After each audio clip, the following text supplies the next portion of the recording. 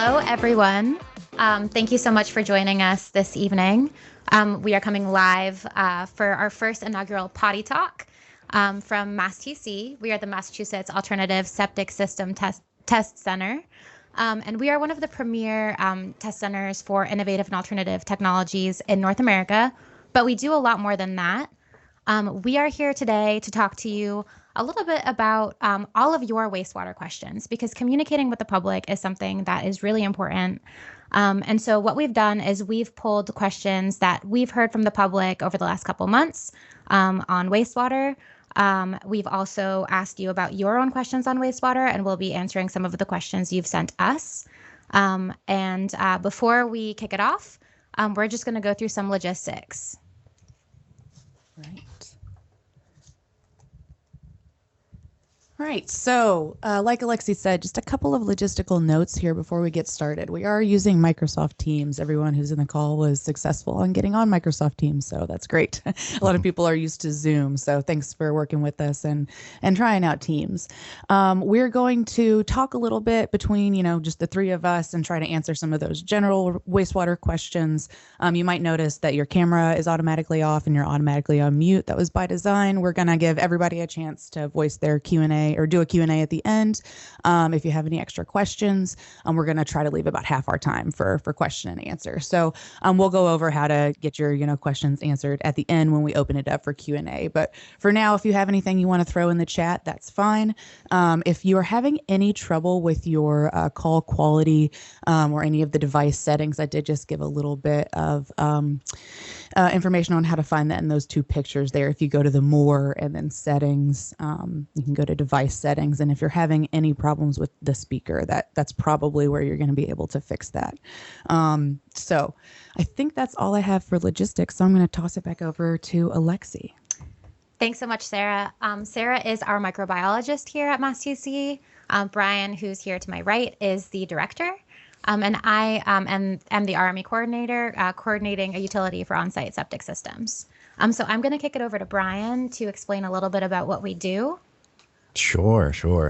Of course, Massachusetts Alternative Septic System Test Center, Technology Center, MassTC, is a program of the Barnstable County Department of Health and Environment, and is underneath the wastewater division in that particular department. Of course, we are all a part of the wonderful Barnstable County. I hope everybody knows a little bit about Barnstable County and the programs that we have there. I'm going to just give you an overview of some of the programs that our department does, but certainly check out capecod.gov to find out what the rest of the county does, because there are some pretty fantastic services that the county does for everyone that you might not even know about.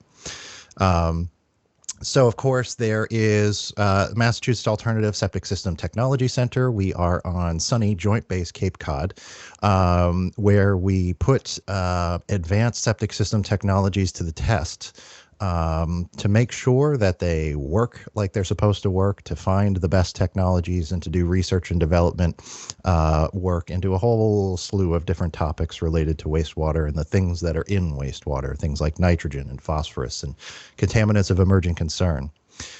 We run an IA tracking database. So out in the Cape Cod area, there's something like 4,000 systems installed of various types of on-site technology. We provide a service to the towns to help them keep track of those systems to make sure that they're functional. We have, as an extension of that program, a new program coming to Barnstable County, which is the Responsible Management Entity Program, which Alexi runs for us. This short version of the RME is that it is a sewer utility for on-site septic systems technologies in those areas where towns might choose to use on-site technologies. We are looking to create something that would essentially create the equivalent of a sewer utility for those systems. So there's a lot of work going on with that particular program. We have the Aqua Fund, which is our low interest loan program for folks to use to replace their septic system. That could be replacing it with another standard septic system or an advanced technology, or even a sewer connection in those areas where sewers are being used. So be sure to check that out, and we're happy to answer questions about that particular program as well. We have a laboratory at the county, which does a whole lot of water quality monitoring. We do a lot with post landfill closure monitoring. So most of our landfills were closed something like 20, 25 years ago. They were all capped off. You mean that waste doesn't just go away? It doesn't just go away. Gosh. No, it's got to stay somewhere. So I don't know. I think we have a picture of it, of our staff out in the field, doing the landfill monitoring. I think you just passed it there. There we go. That one there. There we go. So that's Lynn Mulkeen. She's out in the field checking out our landfills to make sure that they're not leaching terrible stuff into our groundwater and our drinking water. So clearly a very important program that most people don't really know about. And then our beach sampling program. So Barnstable County hires what we call the beach sampling crew. And they go out and do samples. They take samples at, I think it's something like 350 different beaches on Cape Cod. Oh, wow. Every week they do that. Which is that even through the winter? No, that's just a summer program. So it's Memorial Day to Labor Day that they do that. And then, so when your beach is closed because of the bacteria, I mean, I think a lot of people have probably seen those signs at some point. That's our program that's doing the monitoring. You're probably wicked disappointed that you're not going to be able to go to the beach that you wanted to that day. But it does serve a purpose because we're making sure people aren't getting sick from things like fecal coliform. Yeah, you don't want to coli. swim with high counts of bacteria in the water. Yeah, we're looking for fecal bacteria, basically. So making sure people aren't swimming in that stuff is really important. So, Barnstable County has a whole other host of projects and programs. This is just sort of a small sampling of the water and wastewater services that we do. We're always looking to expand those services and figure out new ways to help the citizens of Cape Cod to the maximum extent that we can. So if anybody has any questions about that, I'm sure we can take them when we get to that point in the show. Yeah. Awesome. Yeah. Cool. So we have a 9-person team here at MassTC, and you can see all of our images here. Some of us who are not on site today are also participating in Potty Talk virtually, like all of you. So you'll be able to ask them questions as well. I also wanted to give a shout out to some of our partners. We have a lot of amazing partners that make a lot of our research possible. And so we work with partners at the federal level, at the state level. We work with regional groups. We work with academia, nonprofits like the Barnstable Clean Water Coalition and the Nature Conservancy. And that's really just a sampling. We work with probably over 30 or 40 stakeholders relatively regularly. A lot of organizations really interested in wastewater. Yeah, and we also work with local groups too. So they're not all necessarily like government entities. Like we work with local pond groups, for example. So we really work with a broad array of stakeholders. All right. So I think before we get into that, Alexi, I did want to say one thing. One thing that we did kind of forget to mention, the start of MassTC. There's a little bit of history I think it might be good just to really briefly go into, since we're kind of given a bit of a background here.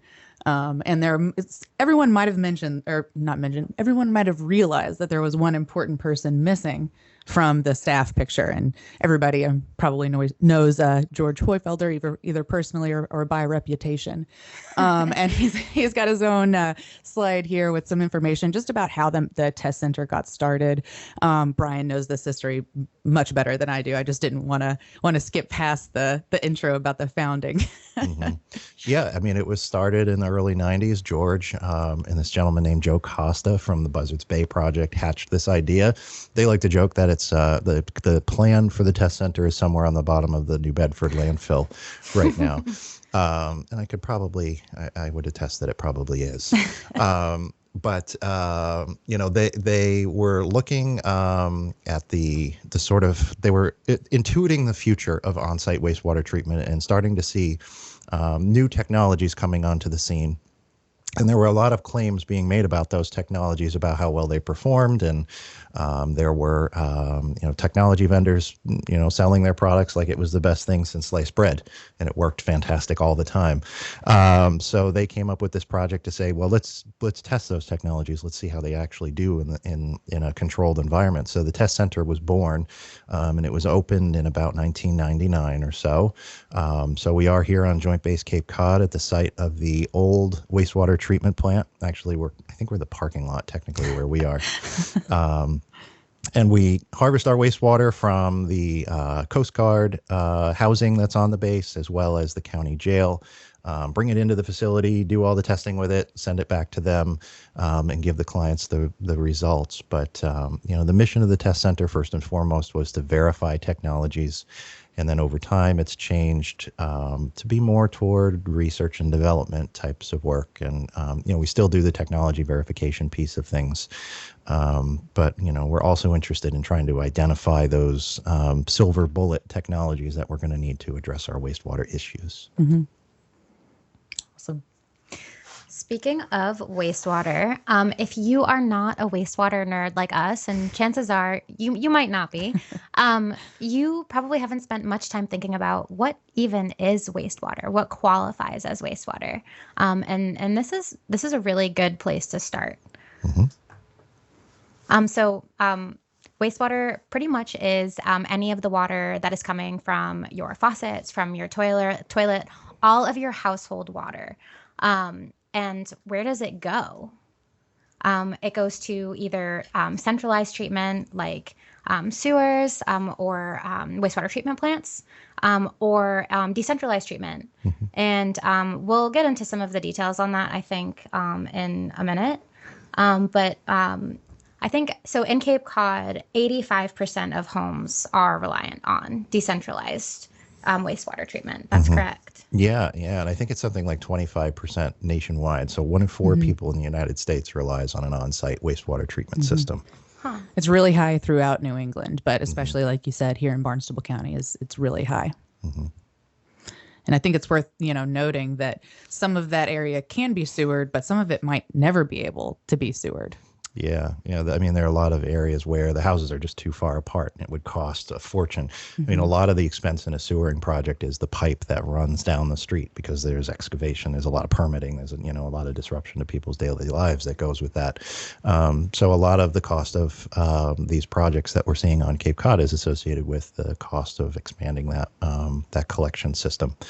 So that's one of the, I guess, one of the weaker points of the centralized model for our region in particular is because there are denser parts of Cape Cod. Clearly, our downtowns, Falmouth, Hyannis, a lot of big chunks of Barnstable and, Dennis and Yarmouth. But there are a lot of areas that are still very, rural in nature. Brewster, Orleans, Chatham, Wellfleet, Truro, Mashpee certainly has, so there are big swaths of Cape Cod where, sewering is going to be an expensive option for us to try to deploy. So, some of the other options out there, we present decentralized as an option because, putting that expensive pipe in the ground. So I got off on a little bit of a tangent there, but you give me that little in to talk about the difference between the two, and I have to take it. So if you're in a city like New York or Boston, you flush the toilet, you turn on the tap, all of that water pretty much goes into the pipes, and then it goes to a centralized place where it is treated and then released. Whereas with decentralized, it's really going into a unit in your backyard. Mm-hmm. And that's really what it comes down to. And so on Cape Cod, most properties are reliant on decentralized treatment. This includes cesspools. Cesspools are kind of an archaic wastewater technology that has been around for actually well over 1,000 years. There are also septic systems. And if you're from Massachusetts, you probably hear the term Title V thrown around. This is a term that's used to describe just a traditional septic system, which we'll break down in a minute. And then roughly 4,000 homeowners on Cape Cod have innovative and alternative septic systems. And that's something that I think we'll talk about too. I don't know, Sarah, do you want to break down how a septic tank works? Sure, yeah. So going back to the graphic here, we just have a conventional, what as Alexi would say here in Massachusetts, we call a Title V septic system. So all the water from your house, laundry water, sink water, toilet water, all goes into a septic tank. The septic tank is where you want to hold that water for at least a few days so that the solids can float up or down and you have some clarified water in the middle. And that clarified water goes out to the drain field. And then it percolates through the soil and then it is recharged to the groundwater. These conventional systems like we have here are really good at taking care of pathogens, so viruses and bacteria. Cesspools that Alexi was mentioning earlier, not so much. With cesspools, we do worry about high counts of bacteria coming from those. And again, not to get too far ahead here, but while these systems, these Title V systems do a good job protecting human health from a pathogen standpoint, viruses and bacteria, doesn't really do much of anything for phosphorus and nitrogen, which I think we all know has become a big problem here and elsewhere. Do you want to talk a little bit about what an IA septic system first is before we talk a little bit about some of the environmental impacts of our waste? Sure. Yeah. Yeah. So we usually think about nitrogen reducing IA septic systems. There's actually a lot of different types of innovative and alternative septic systems. There's, types that are specifically made to reduce the amount of carbon. That's, if you've got a restaurant or something like that. There's some that are specifically made to reduce pathogens even further. But really what we think about most in our world in Barnstable County here is the nitrogen removing IA septic system. So usually when we say advanced or innovative, we're talking about those ones that are specifically made to remove nitrogen. We're also starting to think a lot more about phosphorus. So when we say IAs, we're starting to think, I guess, nitrogen and phosphorus. But we're really going to hone in, I think, today and for the foreseeable future, especially with the RME, at nitrogen reducing technologies. So we can see the difference here is really a additional unit in that septic system. So you have the traditional system that's got just the septic tank leading to the leach field. And then the IA system, again, they can be all sorts of different designs, but the difference is they've got something else additionally in the design to remove nitrogen. So in this example, we have a denitrification unit between the septic tank and leach field. So why do we care about nitrogen? Like, what is the big deal about nitrogen on Cape Cod? Ooh, the big scary. Dum dum. Dum, dum. So we come to the point. Right. So, yeah. Why don't we want nitrogen coming out from our wastewater into the surrounding environment? We all know, as I think Brian already hinted at this, the pond closures. That's how the pond and the estuary closures is where it really comes into our daily life. There's other things like, if you're selling a property, you need to make sure that the groundwater doesn't have high levels of nitrate. But really, we're thinking about, again, water closures, recreation, shellfishing. Mm-hmm. And for a region like Cape Cod, those are just all too important. We have an entirely tourist-driven economy here. We don't have big agriculture. We don't have big industry. Everything relies on having people come here and enjoy themselves during the summer. And clearly, if we lose that water resource, if they don't want to come because it's too icky, we quickly lose the revenue associated with that. And then the rest of it, what do we need the commercial center of Hyannis for if nobody's here to use it? Right. So it is very important for us to protect these water resources because they are the core of our economy. So there is no, in my mind, there's no decision to be made. It needs to, move forward. Mm-hmm. Yeah, and I think Alexi's actual question was sort of like, how does it happen? Am I remembering right? Yeah. So we already talked a little bit about water moving from the septic system into the groundwater and the surrounding environment.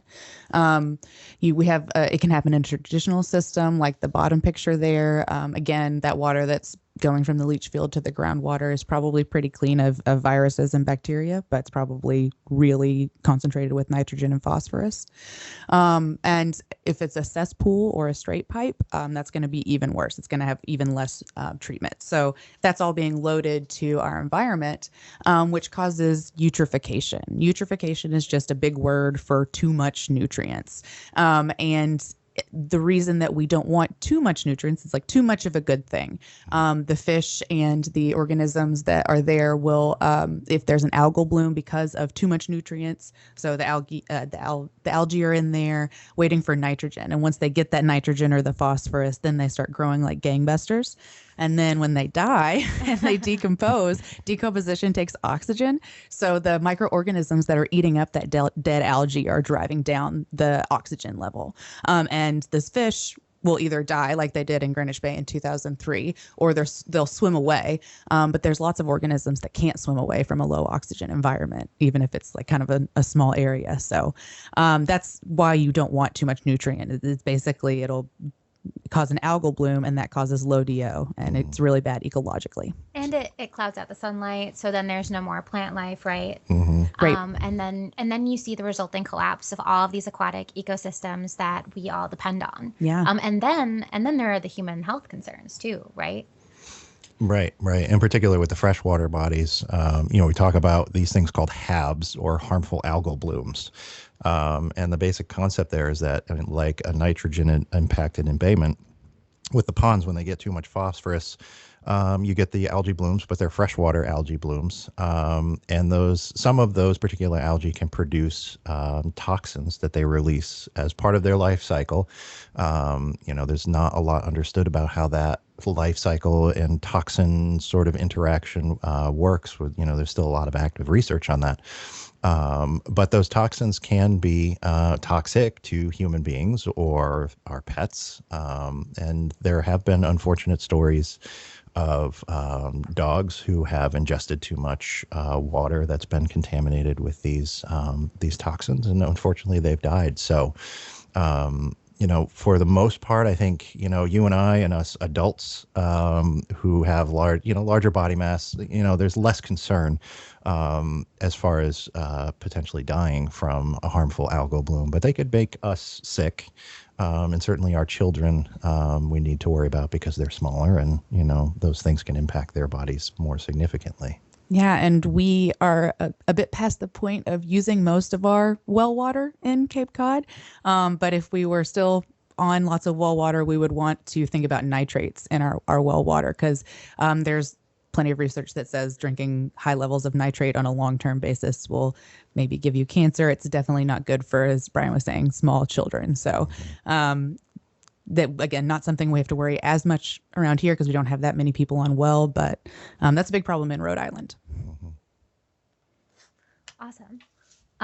And so we talked a little bit about innovative alternative septic systems before, but before we kind of go back into that, we've talked about this problem that we're facing here, and this is going to be $1 billion problem no matter how you address it. It's an expensive problem. It affects, as Brian was mentioning, the economy. It affects our recreation, our way of life, our property values. It really affects everything on Cape Cod and in New England, and also in areas beyond Cape Cod that struggle with the same problem. Nutrient loading is a global problem. And there are many things that we can do to address it. Someone had reached out when registering for Potty Talk and had asked about the Cape Cod Commission Technologies Matrix. This is a really incredible resource that people can use to kind of learn about all of the different ways that we can reduce or remove or remediate nitrogen and nutrients in our environment. And basically what it is this is a tool. You can't see it on our screen, but on the actual website, which is linked below, you can look at individual solutions, you can look at site-based solutions, and you can look at kind of wider solutions that can be applied to address nutrient loading and help us avoid a lot of these environmental and health impacts that we've talked about.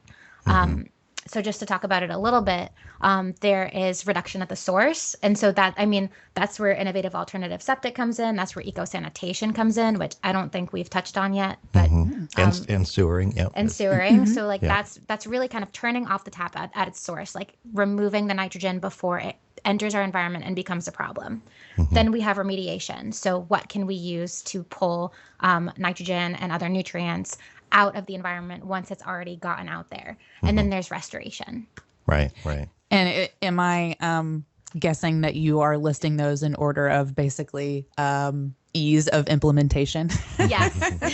Seems like it would be easiest to control it at the source. Once it gets out in the environment, it gets really tricky. And something that's important to note too is that like each of these cost, like they all cost a different amount. They might not all be appropriate for a certain site, right? So site-specific considerations are important. Also, the feasibility of some of these is important. Whether there's political support to use some of these different technologies is important. We can't just think about like remediating nitrogen from a purely economic or technological standpoint. Like there are social considerations and political considerations too, and all of that really determines where and why and whether certain technologies are used to remediate nitrogen in different areas. Right. Yeah, and that's such a good point. We think so much about wastewater, but I mean, here too, but especially in other parts of the country, nitrogen and other, pollutants are from stormwater. They're from cranberry bogs, right? They're agriculture, right? Yeah. So we get really, zeroed in on wastewater, and I think it sometimes is a low hanging fruit. But we've got to think about the full picture. Right. And it's important always, I think, to remember that all of the technologies that are listed in this matrix, they complement one another. I think it's very critical for the towns to not get too focused on one particular methodology or another. It's really about, looking at, what do you have and what are the tools you can use to fix the problem? What's in your toolbox? I mean, you don't use a hammer to put in a screw, you use a screwdriver, right? So using the right tool for the job, I think, is a really critical piece of all of this. And, there's been a lot of really exciting developments in the world of on-site wastewater treatment technology that, I think have helped to make that more of a viable option. Historically, on-site systems maybe haven't been the best option because they didn't work as well as a sewer, let's say. But as we develop new technologies, it's important that we're looking at those and perhaps considering changing our plans slightly so that we can, lower the cost and still end up with a good result at the end of the day. Mm-hmm. Absolutely. And another thing to point out too is that these can be applied to have an impact on different timescales too. So some of these have more of an immediate impact than others. Mm-hmm. Absolutely. Mm-hmm. So we had mentioned eco-sanitation a little while ago, and I don't think we've really dove into specifics on that. So I don't know if either of you want to tackle. Well, let's talk about eco-sanitation, but let's take a 2-minute break or so and let people, if you want to grab a quick refreshment or go to the bathroom, and we'll come back. Yeah, just a few minutes. That sounds great. Awesome.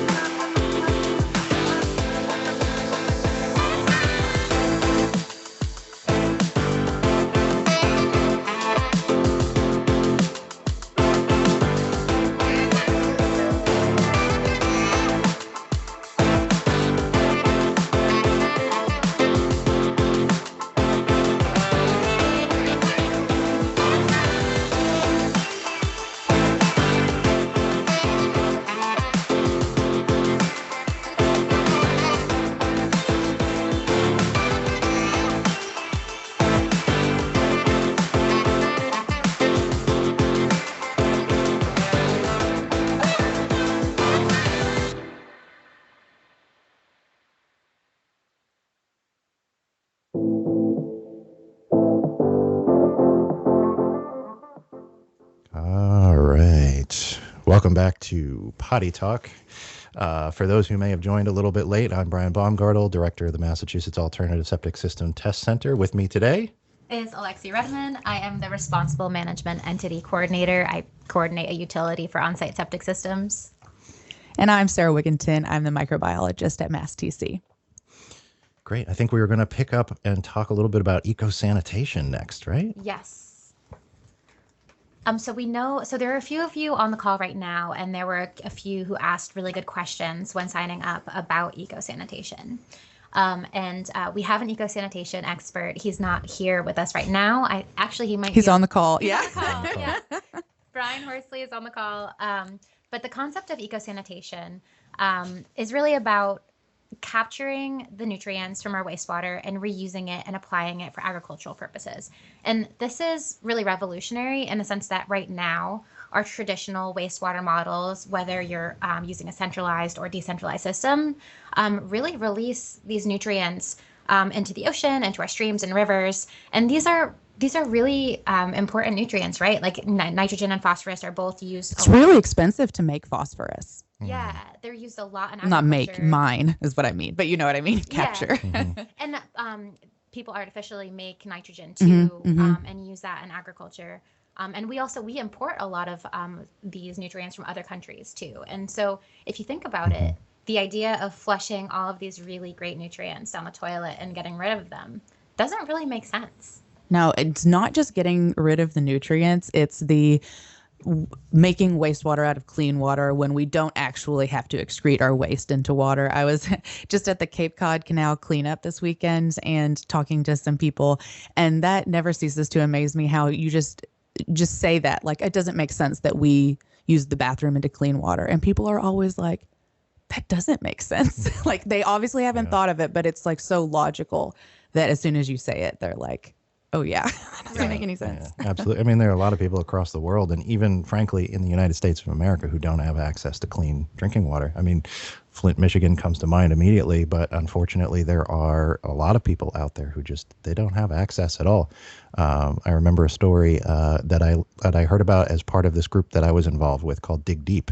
And they part of that group was the representative from the Navajo Nation, and they talked about how they have to drive 200 miles, and they're doing an 8-hour round trip to get drinking water, which is a crazy concept. So why do we waste it the way that we do? I mean, flush toilets are fantastic. I won't say that they're not fantastic because it's like a really good solution, and it is widely regarded in public health as being like one of the biggest solutions, one of the biggest inventions for public health that humankind has ever come up with. Because if you look back through history, having poor sanitation killed many, many, many, many, many people. You look at the cholera epidemics and those things. So, it's interesting how things have changed over time, and what we've grown comfortable with. Do you want to talk a little bit about the different types of eco-sanitation technologies that are out there? Yeah, sure. Again, Brian Horsley would probably be able to give us the full breakdown of all the different types. But there's composting toilets, which can look all different ways. So you've got a privy, what you might use at a campsite. I think that's probably technically a composting toilet. But there's also composting toilets that you can put in your house, and they look really nice. They just look like normal toilets. They don't smell bad. I actually hear that they smell nice and like piney and fresh. I can confirm that they do. I have used a couple and they're actually they're pretty exactly. nice. They're nice. Yeah. Right. And then there's also urine diverting toilets, like the the center picture in the graphic here. You can see the urine is collected in the front and the feces would go in the back. This just takes a little bit more user concentration, I guess. But it is a great way of keeping the urine out of the water, which, as Alexi was saying, cuts out a lot of all the waste that we would need to recapture the phosphorus and nitrogen from the urine. And at this point, it's really important to point out that it's really our urine that is very rich in nitrogen. And so it's urine that is really like part of the problem. Yeah. The pee problem. The pee problem. Problem. Yeah, it is the primary source. There's also incinerating toilets, foam toilets. I'm probably forgetting a couple of major types, but those are the ones that immediately come to my mind. Yeah. So lots of alternative toilets and technologies and ways of, not putting the stuff in the water in the first place. And, we put it in the water and then we try to take it back out of the water. And we move it with water in it. So it's really heavy and takes a lot of greenhouse gases to move. Yeah, we never think about the energy intensity of our wastewater, our wastewater treatment. Well, our wastewater treatment. So I read a statistic once that it's something like 2.5 to 3% of global energy production ends up being used in blowing air into wastewater to take the nitrogen from our wastewater and put it back into the atmosphere. And then we spend something like another 2 to 3% via the Haber-Bosch process, which is what creates nitrogen fertilizer, chemical nitrogen fertilizer, to take it back out of the air and then dump it on our fields. Then we eat it and then we put it back in our water and then we try to get rid of it. So it's like this crazy cycle that we found ourselves in. And if we have options like urine diversion, where we can actually separate that out and utilize it as a resource, which it is, I don't see how you lose with that scenario. I mean, there obviously, some social acceptance hurdles and those kinds of things, public health concerns. I mean, sanitarians and those who work in the public health industry would say, why would you not want to use a flush toilet? Why wouldn't you just use that if they're so great? So there's a ways to go with it, but it's important for us to keep pushing forward and try to make some headway on it. And it's also, maybe it's more of a novel concept for us here in the U.S., but eco-sanitation has been pursued in Europe for decades. And a lot of the original research on it and a lot of the original pilots have come out of different European countries. And they're much more, they use this much more widely. I also know that I think in some state or national parks in the U.S., you may have used some kind of eco-sanitation technology, probably a composting toilet. And so even though this is not something that is currently widely pursued here, there is interest, there is a lot more research coming, and it is definitely more widely pursued in other countries. Yeah, we just got to get over the adoption thing. Right. Yeah. And it is something that as the test center we're actively pursuing and trying to help figure out how to make that how to make it work beyond just separating it out and those types of things. What do we do with those materials? Where do they go ultimately? Because it's clearly we could separate out the urine and you could utilize it in your own property as a fertilizer, but that sort of defeats the purpose because we have a nitrogen problem. We're trying to keep it out of the watershed. So how do you make sure that some of that, at least a good sized chunk of that material, gets removed from a property where it's being collected and brought to hopefully some sort of a agricultural facility where it can be used, like they do in Vermont. It's the Rich Earth Institute up there. Yeah. And I think a lot of what we are doing, we're getting ideas from them. I know Brian Horsley, who we've already said a couple of times is on this call, has reached out to them and worked with them, and they're really, I think, the leaders in this region on eco-sanitation. Yeah, they have some really novel concepts, and it's figuring out how to manage it is one of the key aspects, and can help to overcome the regulatory hurdles that we inevitably face when trying to switch from flush toilets to something else. So we've talked about eco-sanitation. We've talked about IA systems. These are considered kind of alternative nitrogen reducing technologies. But how well do these work? This is a question that we hear a lot from homeowners and the general public. So I don't know if one of you want to talk a little bit more about how well do these systems work? So there was some research that the test center was involved with in the town of Falmouth that tried to provide some incentives for people to install some of these alternative toilet technologies so that we could get a sense of how well they actually performed. There's unfortunately with that particular project, even despite a pretty decent size stipend that was provided, I think it was something up to $10,000 or something like that. Not a lot of people took Falmouth up on the offer. So we only got sort of a small cross section of different technologies and options. And in science, we like to make sure we have enough replicates of things, and we duplicate enough so that we can work out the effects and biases and those things that might come up in these experiments. But the technologies themselves, they seem to work. Not universally as well as the different ones. Though if you think about it in concept, particularly with urine diversion, I mean, if most of our phosphorus is in urine and you completely remove the urine, if you're capturing it all, you're removing a major source of the phosphorus. A huge percentage. Exactly. Yeah. And nitrogen. And the nitrogen as well. Yeah. I mean, we can still see a lot of nitrogen in gray water. There's less phosphorus in gray water, in particular since phosphates were removed from soaps. That made a big difference. So if we could figure out, and particularly around our ponds, if we could separate out the urine and keep it from getting into the ponds, we could prevent lots of the phosphorus from getting into the ponds. Yeah, and another study that was done at the University of Rhode Island in my time there when I was working in a lab that was working on these IA septic systems, they looked at 3 different technologies, and I think what they mostly found was that, all of the technologies are capable of meeting the regulations that they're approved under. It's a matter of mostly operation and maintenance and proper monitoring. If they're monitored properly and we can make the adjustments we need to make, almost every technology can work. I'm not saying it can work in every single home, because that's another hurdle we come up against a lot with septic system research, is that the activity within a single home does make a lot of difference with how the system operates. But again, that's what the URI group found, was that a closer eye on the systems improves the performance kind of regardless of technology.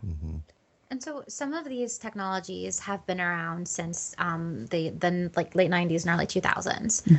And a lot of these are kind of commercially available on the market. You don't need a special permit to put any of these in. In Massachusetts, these IA septic systems, at least those that are designated to remove nitrogen, are required to get down to 19 milligrams per liter of nitrogen effluent. I know that doesn't really mean much to folks who are not really working in this industry, but the state assumes that a regular septic system that is not designed to remove nitrogen releases 26 milligrams per liter of nitrogen. So it's about a 33% reduction. We have research that suggests that regular conventional septic systems actually release more nitrogen. But regardless, this kind of first generation of IA systems has been around for almost 30 years. Some of them, yeah. Yeah, and every year we're seeing new technologies that can remove more and more nitrogen. And so some of these that we're seeing now on small scale, so they're being piloted, they're not generally available. Some of these can remove up to 80, 90%. I mean, some of them it's like, the newest ones are approved for 10 milligrams per liter in their effluent, as opposed to, like you were saying, 19. And the numbers we're seeing are much smaller than that, up to 95% removal sometimes. Yeah, which puts them in the realm of what treatment plants can do.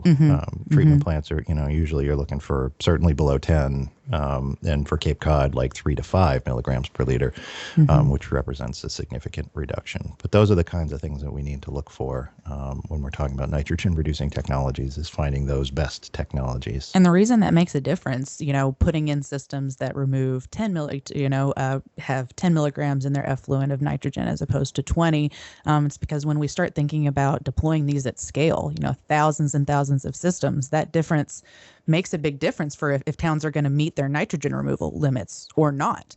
So it's important to know which technologies remove the most nitrogen. And under what conditions exactly. they work best. Right. Yeah. Right. Yeah, it's not one size fits all, for sure. Right. Yeah. So first of all, I wanted to encourage everyone to keep writing your questions and comments in the chat. We have some questions that you sent in to us ahead of time that we'll get into in a moment. But again, this is really for you. So we're here to answer any of your wastewater questions. Before we wrap it up, we just kind of wanted to touch on a couple things. What can you do right now to help address our nitrogen problem?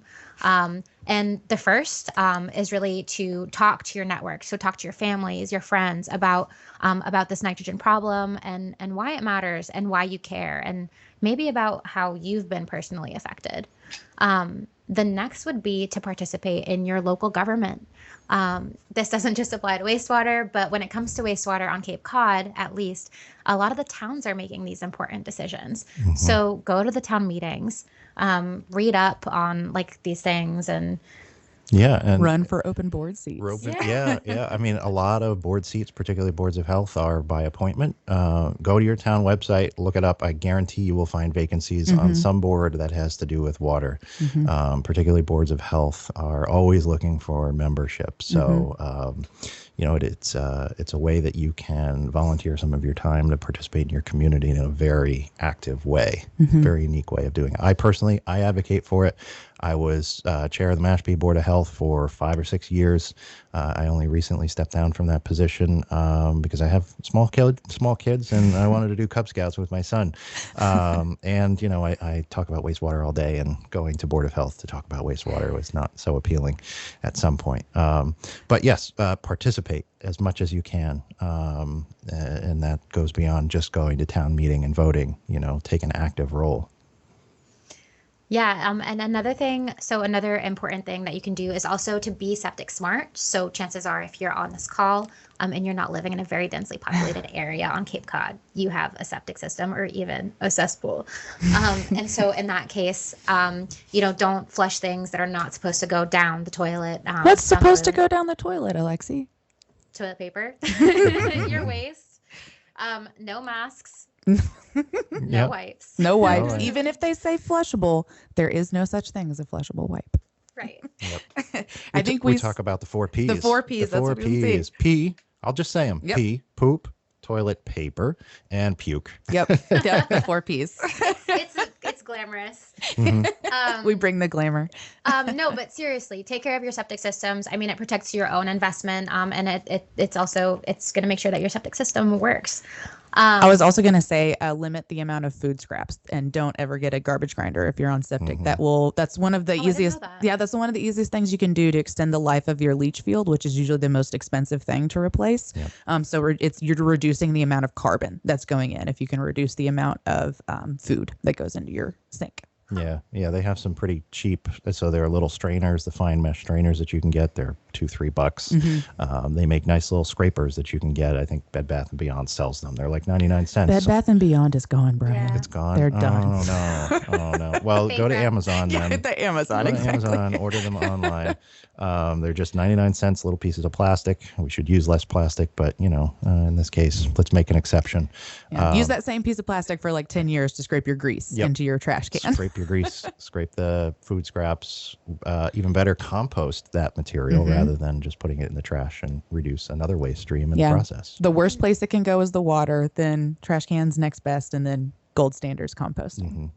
EPA has a whole initiative based around Septic Smart. I actually think they have a Septic Smart Week sometime in the fall. So if you want to learn more about how you can kind of protect your septic system and make sure that it's functioning you can go to the EPA website and just look up Septic Smart, and they'll have a whole list of things that you can do to make sure you're right on track. Another important thing that you can do is bring friends to Potty Talk. This is really meant to be kind of more of an introductory episode for folks. We will be diving deeper into specific wastewater topics, no pun intended. Yeah.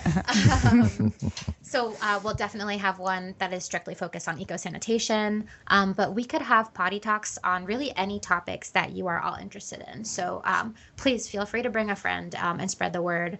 And then another thing that you can do is also bring folks to tour MassTC.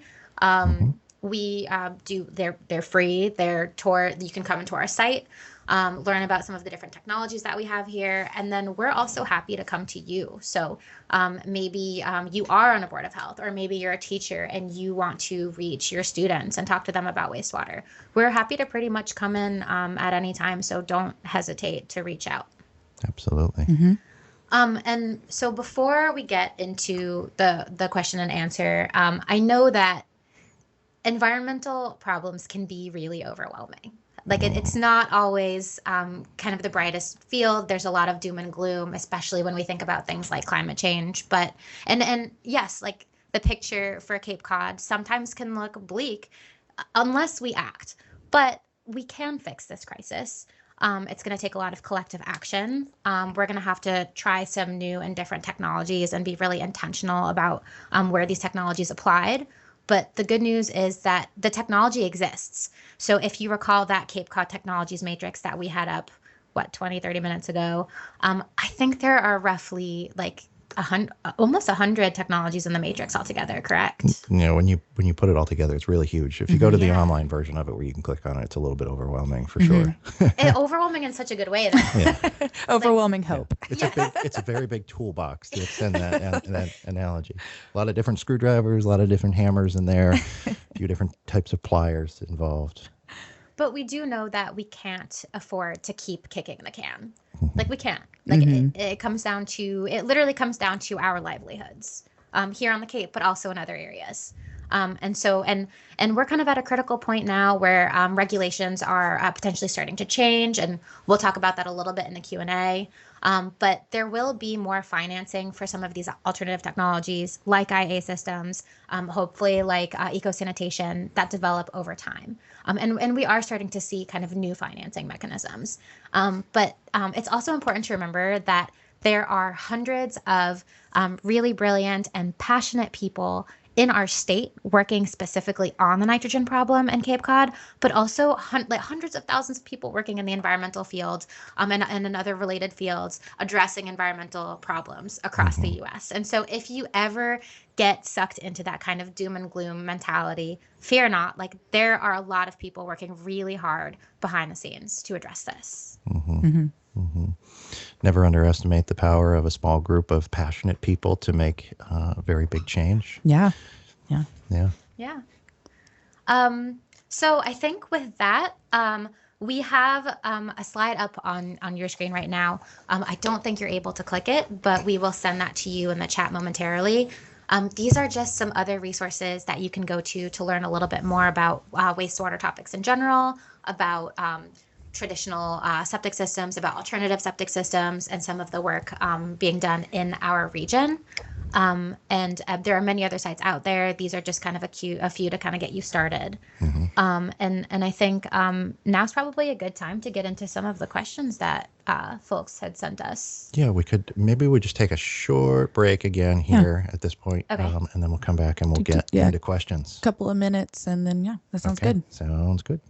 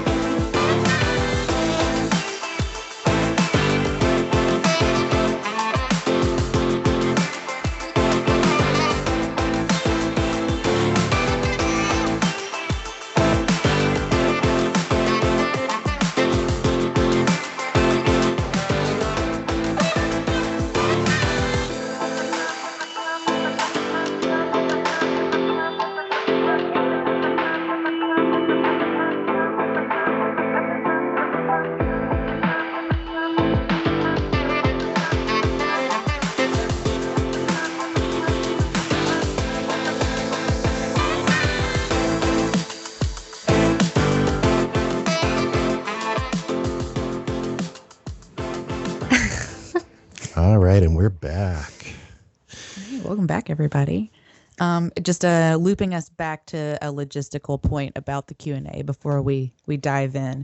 You can ask a question one of two ways. We've already had some people put it in the chat. That's fine. If you don't want to type, if you'd rather ask your question verbally, hit the raise hand button and we will unmute you when it's your turn to ask a question. So if you'd rather do it verbally, go ahead and hit that raise hand question or button.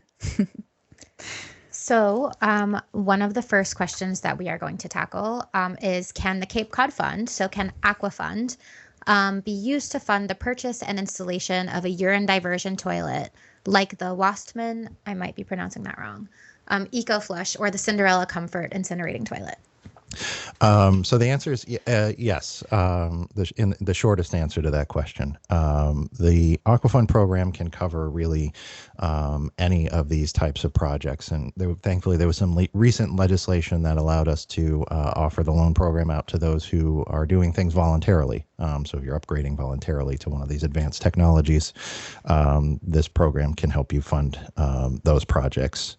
It's worth noting, though, that until your municipality or town requires you to do something like that. So if the town says, okay, you need to use composting toilets because we're going to use composting toilets in this area, at least at the present time, you wouldn't be able to get the 0% interest rates that we offer through that program, but you could get a 4% interest rate in those situations. And frankly, looking at interest rates right now, I think that's a pretty good deal, even at 4%. Yeah. Awesome. So thanks so much for the question. Our next question is, can you define gray water? And then can you also elaborate on how food scraps, et cetera, affect septic systems? Yeah, sure. I can take that one. So gray water is, so we've got gray water and black water. Gray water is water that basically hasn't had excrement in it. So like sink water would be gray water. And then laundry water, is that also gray water or is that technically black water? No, I think laundry water typically gets classified as gray water along with showers, as long as you're not peeing in the shower. Many people will pee in the shower. Yeah, so if you have a composting toilet or you put in a urine diverting toilet, that is something to think about, is that you still have water that you make in your house. So you would still have to have like a Title V system for the gray water to go to. But yeah, that's what gray water is just, without excrement in it, basically, or pee. And then the other question about how food scraps can sort of exacerbate the failing of a leach field. So the carbon that is in those food scraps is food for the microorganisms that are out in the leach field. And if they get overwhelmed, then it clogs up the leach field. So if there's more carbon than those little microbes can chew up, then the pores in the media, the sand or the soil gets clogged and the water can't go through anymore. And when you have a leach field that is, they call it, hydraulically overloaded, it just means it can't accept water anymore. That's when you start to get a backup into your tank and then a backup into your house. And then you call the honey wagon to come pump out your septic tank and they tell you some bad news that your leach field is clogged. And if you have a garbage grinder, that's going to happen like, I don't know, 15 years sooner than it would have if you don't. So if you can carefully manage those scraps, you can, extend the life of that leach field. Yeah. Awesome. So another question that we have is, I work for an IA operator. I was wondering if you had fact materials we could pass along to our customers, especially the homeowners that inherit their IA system. They don't understand how it all works. That is an awesome question. I will tackle that one. So yes, we have 1- and 2-page documents that were specifically written for public audiences and homeowner audiences that really explain at a basic level how these systems work. We are more than happy to send those to you. You actually can access these right now under the Responsible Management Entity tab on our website. But we will also, we can link these in the chat too before this is over, and we can email them to you as well. Another question that we have, the adoption of IAs and eco-sanitation by homeowners will hinge on financial assistance beyond low interest loans. How soon do you see money becoming available to help homeowners pay for these solutions? Oh, that's a great question. One we're actively working on. I don't know if folks recall or follow the state budget process. Most people probably would, give a bleh to that. But one of the things that Governor Baker did before he left office was to put together a supplemental budget request, and that included a pretty significant amount of money to help Cape Cod with its wastewater problem, something to the tune of $200 million. And that set of funds would have provided our septic loan program with some funds to do loan forgiveness, so we could forgive the principal on some of our loans for folks. And we were pretty excited about that. But unfortunately, it didn't. It ran into some problems due to some state regulations that forced the state to give a lot of our tax money back. We all got those little checks in the mail. Oh, yeah. Probably 5-6 months ago. Well, that was this program being dished out to everybody across the state. Unfortunately, Alexi, you're not in Massachusetts, so you didn't get that. Yeah, you didn't get the sweet Massachusetts check.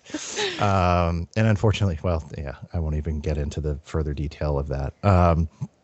The state did pass a $15 million package that came down to the Cape, and unfortunately, that significantly cut into the possibility of doing that with that program. But we are looking at ways that we can help homeowners to pay for these things beyond just loans, because if you can't afford a loan, that's not very helpful. We can offer 0%. Woohoo, thank you, but I still can't do It's still expensive. $200 a month, and especially in a place where the cost of living is very high. I mean, when was the last time you walked out of the grocery store with a bag of groceries that was less than $50? Right. So there are families who are already stretching their budgets as far as they can go. So we need to figure out ways that we can really help those people, because they're the ones who are doing they're running our cash registers. They're doing our landscaping. They're doing all these very critical jobs that Cape Cod, it doesn't really work very well without everybody who's here. And they're taxpayers too. They're taxpayers too. They should be able to avail themselves of those tax dollars. And we can't just expect that they're going to go live off Cape somewhere. So it's important for us to try to find those resources. To the extent to which we can, we're working toward trying to identify and secure some of that funding. It's not here today. I can't promise that it's going to be here even tomorrow.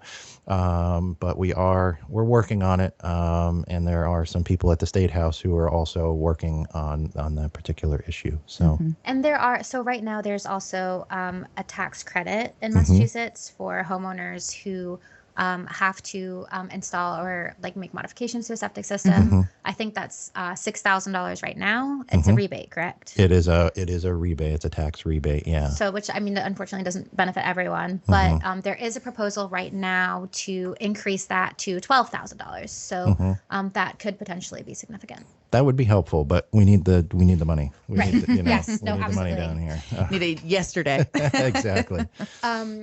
So I just want to move on to make sure that we get everybody's questions. So our next one is a really good one. Is there any update from the Massachusetts Department of Environmental Protection about the promulgated Title V regulations? So just a little bit of background.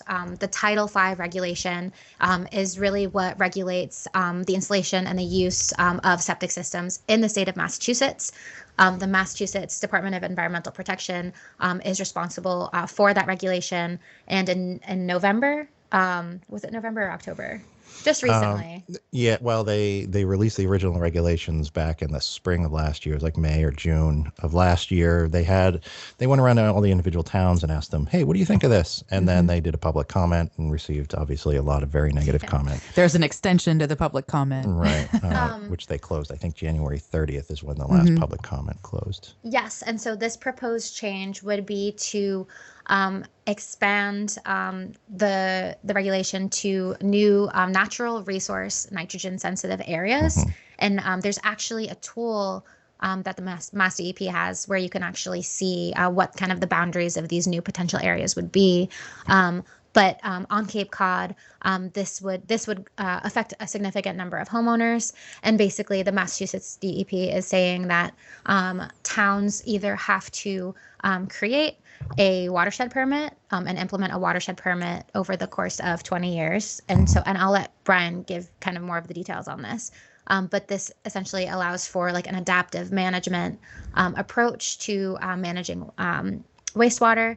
in each town, or if a town does not do the watershed permit, which we don't think will be the case, homeowners in these nitrogen sensitive areas would have 5 years to install an innovative and alternative septic system. And that's not just homeowners doing new construction or the typical things. That's everybody who has a residence in those areas would have to upgrade in 5 years. Which is most Cape residents. Certainly a giant swath of them. Yeah. Mostly on the south shore of the Cape, and then on up through, a little bit of the outer Cape as well. But there are other areas that are going to be added to the nitrogen sensitive area lists. Do you want to talk about a tiny bit about the watershed permit? Yeah, the watershed permit is a concept that's been around since 2014. It was enabled by the legislature. And back then it was proposed as a way for towns to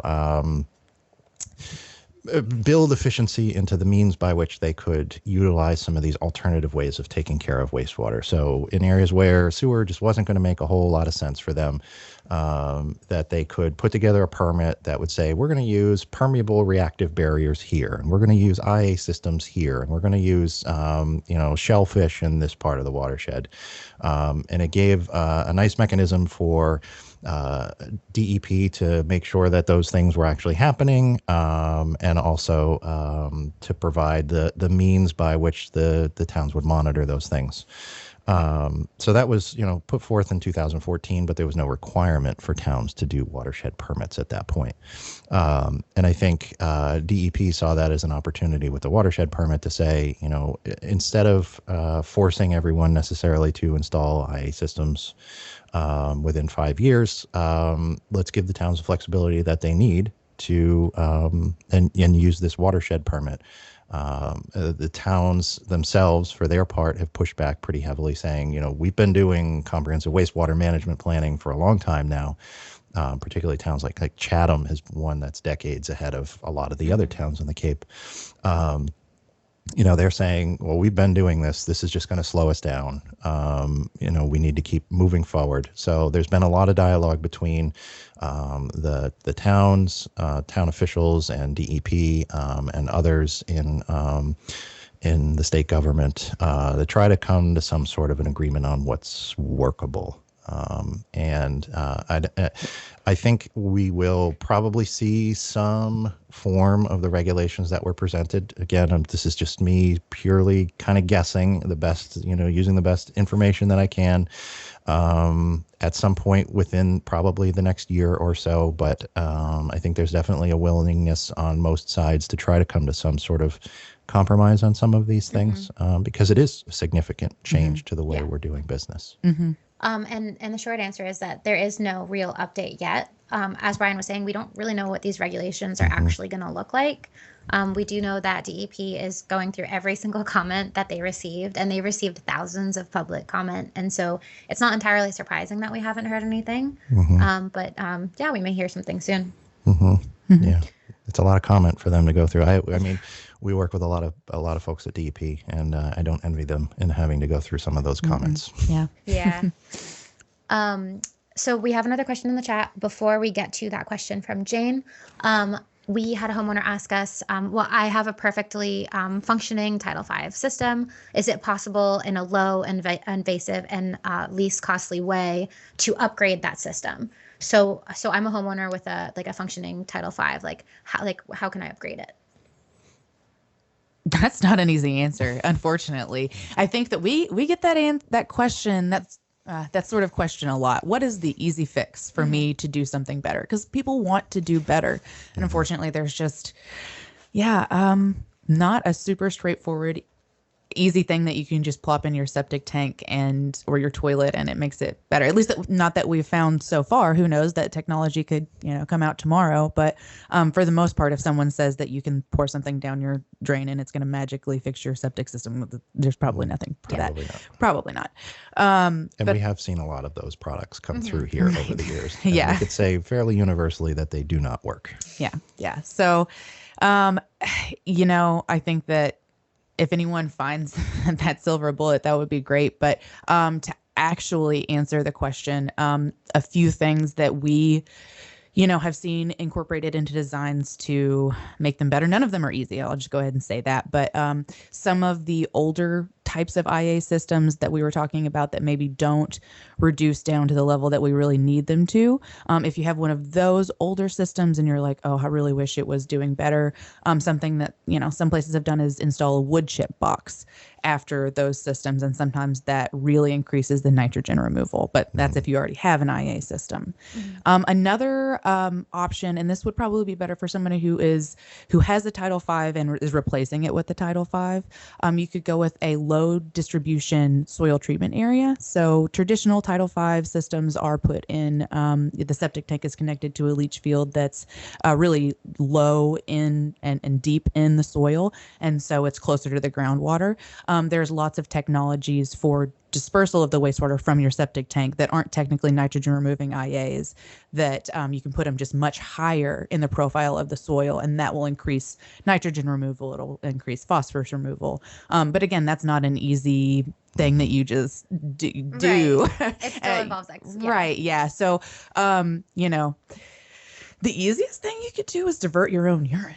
But then you have to have somewhere to put it. Another thing that you can do, and so these technologies are still kind of being tested, but some IA systems that we're seeing now can actually be retrofitted to an existing system. So if your tank and your leach field are in excellent condition and are functioning, and depending on the characteristics of your property, you can actually add just like a simple denitrifying component, not a whole system, to retrofit. And that does save you money in the long run. I mean, all of it it's all expensive, right? But you can retrofit a perfectly good system and not have to replace the whole thing if you don't have to. And I will say, we are looking high and low for the silver bullet. And when we find it, we will let you know. We will be singing about it from all the mountaintops. And so someone also asked, are there retrofits for Title V cluster systems? The short answer is no. Cluster systems, there are some cluster IA systems, not many of them on Cape Cod, there's a couple on Cape Cod and Islands. Yeah, there are cluster systems here and there. And for those who might not know, what's a cluster system? A cluster system is just basically it's kind of like between an on-site system that's connected to one house and a little miniature treatment plant.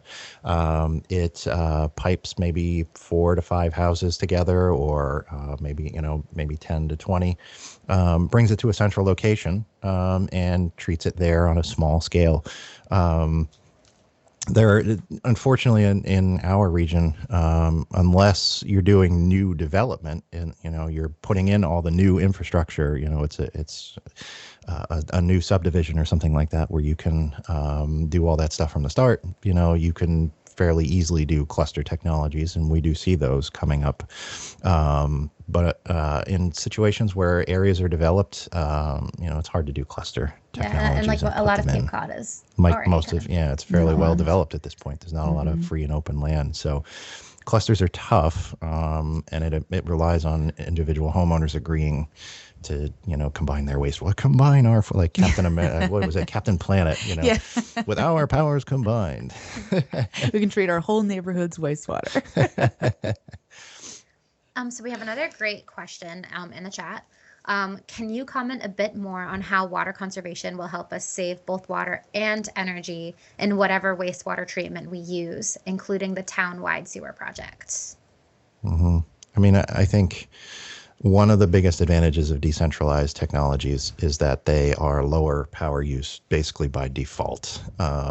Even where we're talking about advanced on-site technologies, they typically pound for pound are using less energy to do the same thing, because you're able to utilize more of what nature does for us at a pace that nature likes to do it.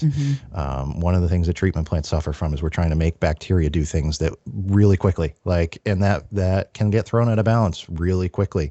If they get a slug of something coming down the line that disrupts their process, they can swing from being in compliance to out of compliance in a very short period of time. And you're talking about millions of gallons of water flowing through. Big pipes, big problems. Big pipes, big problems.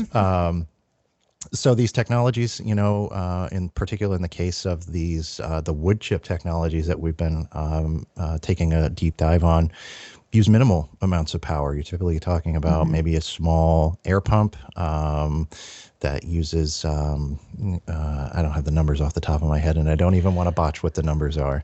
I've heard a lot of people say, especially for the lowest use ones, it's like running a light bulb. It's the same amount of power use. I think that they're allowed to still call them passive systems as long as they use one pump or less. So, Right. One pump is still passive because it's such a small amount of energy. And some of the wood chip systems, the soil treatment systems that we're looking at, I mean, it's a pump that runs 4, 5, 6 times a day for a minute or less. So it's really small amounts of power that are utilized because we're using nature to do work for us. And it has the additional advantage that if you reduce your water consumption overall, obviously you're using less power to treat that water, and you're using less upstream power. So if the town needs to produce less water, it costs less energy for them to do so. Thankfully on Cape Cod we have really good groundwater at this point, and for the most part we can pump it and send it out to where we want it, but that doesn't necessarily mean it's always going to be that way. And if you look in a lot of parts of the country where you just can't do that, or they rely on surface water supplies, like the town of Falmouth relies on surface water supplies, where that has to be treated in some way before it can be sent out. So conservation of water has a doubling effect. You're doubling on saving it from the source, and you're doubling on saving it in the sink, where you're trying to put it ultimately. Yeah. We are trying to eliminate wastewater from people's vocabularies. It's all just water because we'll have to clean it up and reuse it. So just water. Right, exactly. If we don't have to treat it so much in the first place. Which was, and I will say here, it was one of the brilliant things about a standard Title V system. Obviously we have problems with them, but for what they do well, they don't really require a lot. They don't require any power. It's your flush is really what goes into it. Yeah. And it does all of that work just sitting there, doing it quietly every single day. All it needs is gravity. Yeah. Move that water along. And the occasional pumping. It's too bad that Title V systems have created this problem because they really are a pretty good solution for just what they do well. So we are kind of coming up towards the end of this podcast. So if you have any kind of last burning questions, please put them in the chat. We will also put our MassTC email in there so that you can email us your questions, or if you have ideas for any future podcasts, please let us know. I have a couple more questions that are maybe a little bit more technically focused, that we can maybe address kind of at a basic level now and then do an eco-sanitation webinar at a later date. Somebody asked, are you ready to introduce your early plans for a urine depot? Well, the short answer is no. But we're working on the back end logistics of that at this point. We're looking at sources of funding, perhaps in the form of grants and those things to pull together the infrastructure so that we can start to, create that service here at the test center. So very early on, I'm not quite ready to introduce it yet, but, we certainly will let everyone know when we are ready to. We talk about it a lot. Yeah. We've got lots of plans. Exactly. And we have a lot of partners who are also really interested in this. And so that really helps. Especially, I just heard, again, I'm giving Brian Horsley another shout out, but something about someone buying urine, right? Somewhere not too far from us, I think somewhere in New England, maybe it was Vermont, that people are starting to buy back the urine. So it was the Rich Earth Institute has this sort of urine recycling program up there. They have what's called a urine pasteurizer. So they take it and pasteurize it just like you would with milk, and that kills off all the bacteria and viruses. Alexis seems unsure if it's exactly like milk. I'm sorry if I just ruined milk for everyone. So it's okay, not like milk, not like yogurt. Anyway, pasteurization is just a process of heating something and under pressure. So they pasteurize urine, and then historically they've been giving it to farmers to put on their fields, and they've just recently started charging for that. And I think they're charging $400 per whatever. I don't know what the unit is. Wow. Yeah, so liquid gold, right? Liquid gold, exactly. So we have another question in the chat.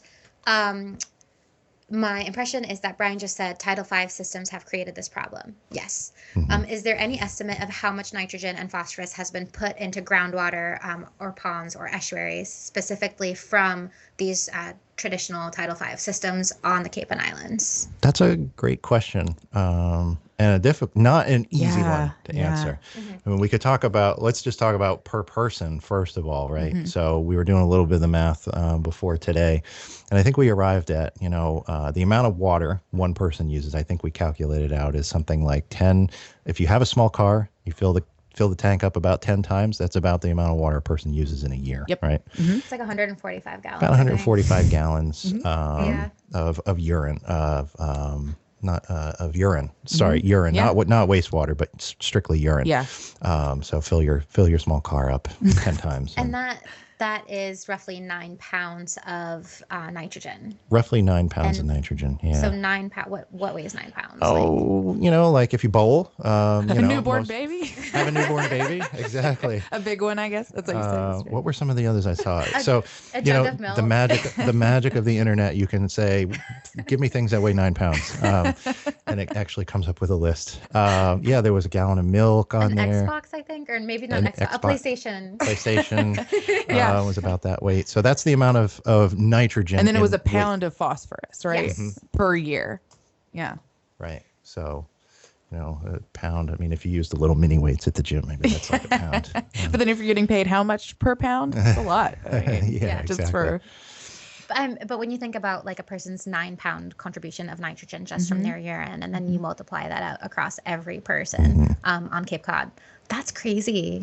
Over decades. Yeah. I can't do the back of the envelope math now, but I think that we did just set up the numbers we would need to do the math in the question the caller answered or asked. Yes. So, I mean, if you think about it, we had to put enough nitrogen in our groundwater, which is billions of gallons of groundwater in the Cape Cod aquifer.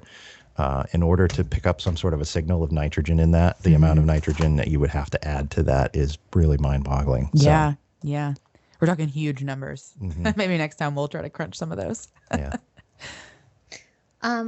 Awesome. So it is 7 o'clock. Thank you so much all for joining us, for sending in your questions. It's really exciting for us to do this for you. And we hope that this was helpful in answering some of your questions. I just added to the chat our email where you can send us, again, any ideas for future podcasts that you have. We will be bringing guests into some of our future podcasts. And we're targeting sometime in June for our next Potty Talk. Our next one. Yeah, we do it more frequently, but we're only 3 people. Yeah. We're busy looking for solutions, so we'll do these as frequently as we can. Yeah.